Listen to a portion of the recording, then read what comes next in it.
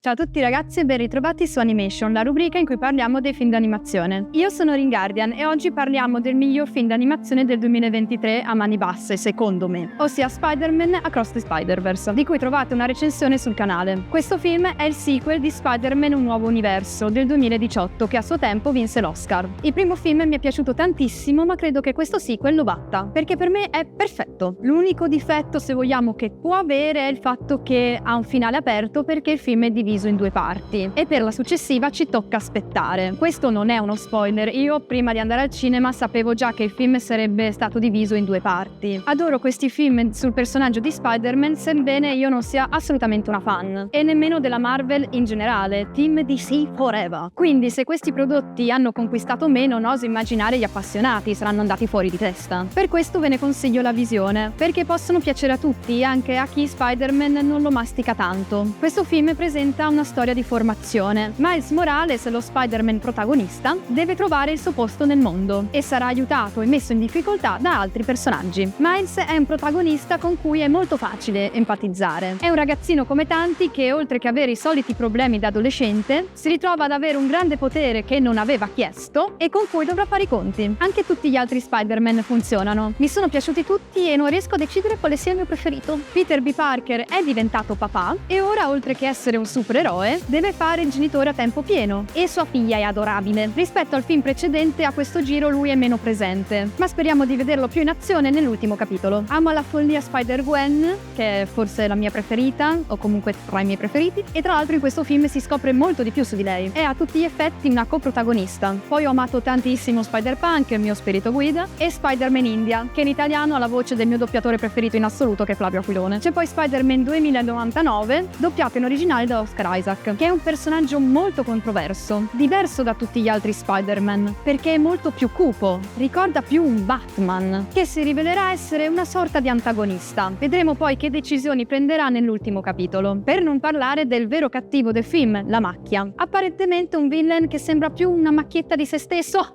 che simpatica, e a cui all'inizio non dai troppo peso, perché è uno scemo totale. Infatti nemmeno Miles lo prende sul serio quando questo gli dice di essere la sua nemesi, ma si rivelerà essere un cattivo molto pericoloso e di cui in realtà aver seriamente paura. Spendo giusto 2 parole per parlare dell'animazione, perché è qualcosa che toglie il fiato per quanto è bella. Sembra di star dentro ad un fumetto e la cosa veramente figa è che ogni Spider-Man ha un proprio stile di disegno e così il suo universo. Spider-Punk per esempio ha un'animazione completamente diversa rispetto a tutti gli altri Spider-Man e a tutto il resto. Per non parlare della colonna sonora pazzesca, tutte musiche rock, pop, rap, bellissimo. Spero che anche il terzo capitolo sia figo come i 2 precedenti, perché così questa si confermerebbe essere la mia trilogia animata preferita. Ma ho parlato pure troppo, quindi lascio la parola a voi. Avete visto Spider-Man Across the Spider-Verse? Vi è piaciuto? Avete preferito il primo o il secondo? Se volete che parli in modo più approfondito di questo film, ditemelo che ne posso parlare sul mio canale senza limiti di tempo. Ci sarebbero tante cose da dire, soprattutto sul finale. Vi ricordo di seguire Wikos su tutti i social, YouTube, Instagram, Facebook, Twitch,